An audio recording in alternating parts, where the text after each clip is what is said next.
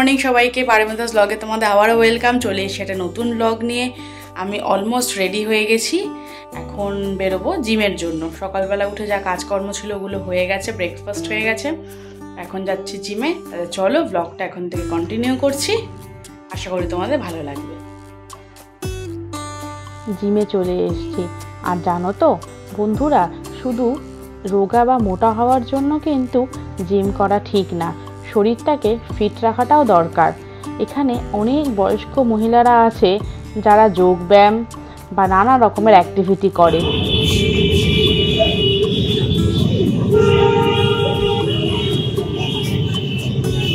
যাবে রঘুনাথপুর।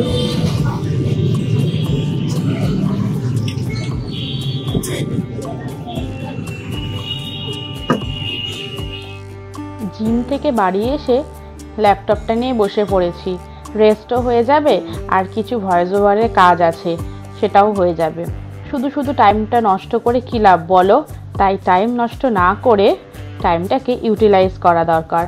তারপর নিচে চলে এসেছি লাঞ্চ করতে। আর দেখো অনেক রকমের মেনু হয়েছিল। তাহলে চলো চটপট লাঞ্চটা করে নিই। সন্ধ্যাবেলা সন্ধ্যা ঠন্ধ্যা দিয়ে এখন বেরোবো, একটু বাগুইহাটি যাবো। জন্মাষ্টমীর কিছু বাজার আছে, আমি আর মেজমা যাব। এখন বাজে 6:30, রেডি হয়ে গেছে। এই দেখো অলমোস্ট রেডি হয়ে গেছি। মেজমা নিচে আছে, মেজমাকে ডেকে নিয়ে বাজারে যাবো। তাহলে চলো বাইরে বেরিয়ে আবার দেখা হচ্ছে। বেরিয়ে গেছি আমি আর মেজমা, টোটো করে নিয়েছি।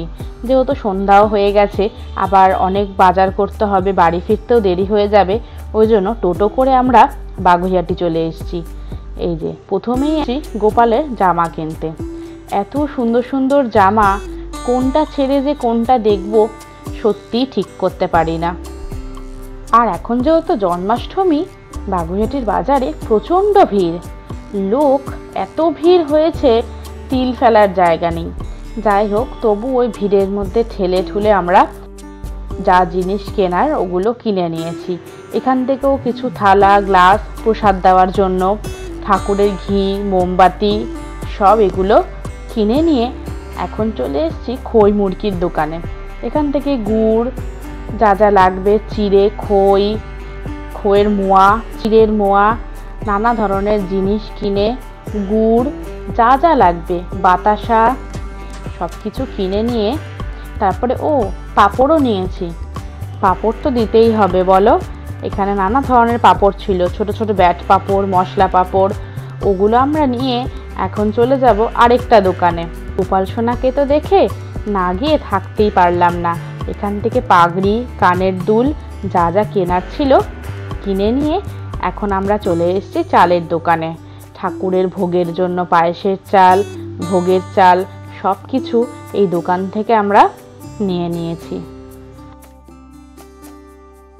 এই মাত্র বাড়ি এলাম আমি আর মেজমা, সব বাজার করে। কিছুটা বাজার হয়েছে, এখনো কিছুটা বাজার বাকি আছে। আর জানোই তো পুজোর বাজার মানে অনেক কিছু, এটা ওটা ভুলে যাই বলে লিখে নিয়ে গেছি, তাও 2-1টা জিনিস মিস হয়ে গেছে। আর কিছু জিনিস পাইনি, ওগুলো আবার যাব শুক্রবার দিন নাগাদ গিয়ে আবার পুরোটা যা বাকি আছে ওগুলো করে নেব।